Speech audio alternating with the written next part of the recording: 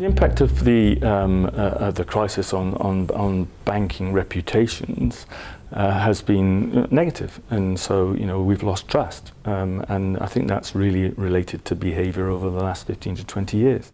The word banker it has negative connotations, and it's unfair on the huge number of staff who work away doing their best for customers in branches.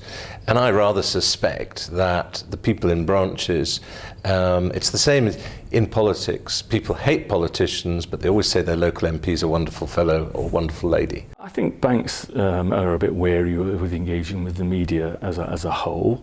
To engage effectively with the media requires trust. And there's been a lot of evidence around a sensational story sort of superseding, if you like, that trust. And as such, if you're a banker, why would you put yourself at extra risk? And I feel that there are a lot of good bankers around that had nothing to do with any of the issues that people are really angry about, who take a real bashing these days, and therefore are a bit reticent to get themselves out in public. The banks, I think, are seen to be very defensive. That's when they'll say anything at all. I think they have a massive job ahead of them in terms of creating a greater clarity of communication with their various stakeholders, their shareholders, their customers, and the press. Interestingly, I think banks, when it comes to PR, when it comes to answering to journalists for external communications, like a great many FTSE 100 companies, are rather defensive.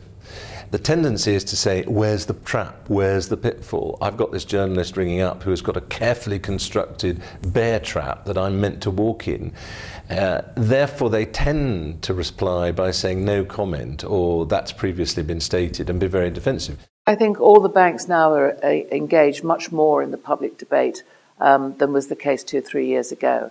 So we hear a lot of discussion and a lot of commentary, is being made by the leaders of the bank, the chairman and the chief executives of the major banks in the UK.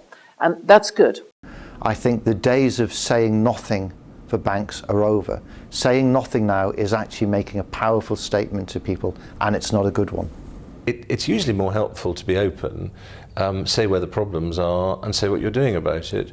And perhaps that's a leaf that all FTSE companies could take from the sort of media and politics world, is actually have a proactive message, be prepared to answer, get relations going with journalists in advance, so that you have some mutual trust, and you can say, well, look, I can't tell you on the record, but look, off the record, this is just not a problem, and we're hoping to be able to say something properly tomorrow, or whatever it might be. Well, I hope that the standing of the UK retail banking industry in 10 years, or maybe less than 10 years, will be back where it needs to be. That's an industry that's trusted, an industry that's close to its customers, an industry that is respected, and an industry that is better understood than it is at the moment. Well, I think it's very much dependent on the behaviour of the banks. So I think it's in our camp. We have to, get to know our customers, really put professional people in front of them, make sure we do give them services which are going to help them to be successful. And if we do all those things, and we do it, day in, day out in all the communities we operate in, then I think our reputation will be back where it used to be, which is really strong. And I think it's incumbent. I think the banks have got that message. Certainly, we've got that message, and it's the one I'm going to be pushing for the rest of my career.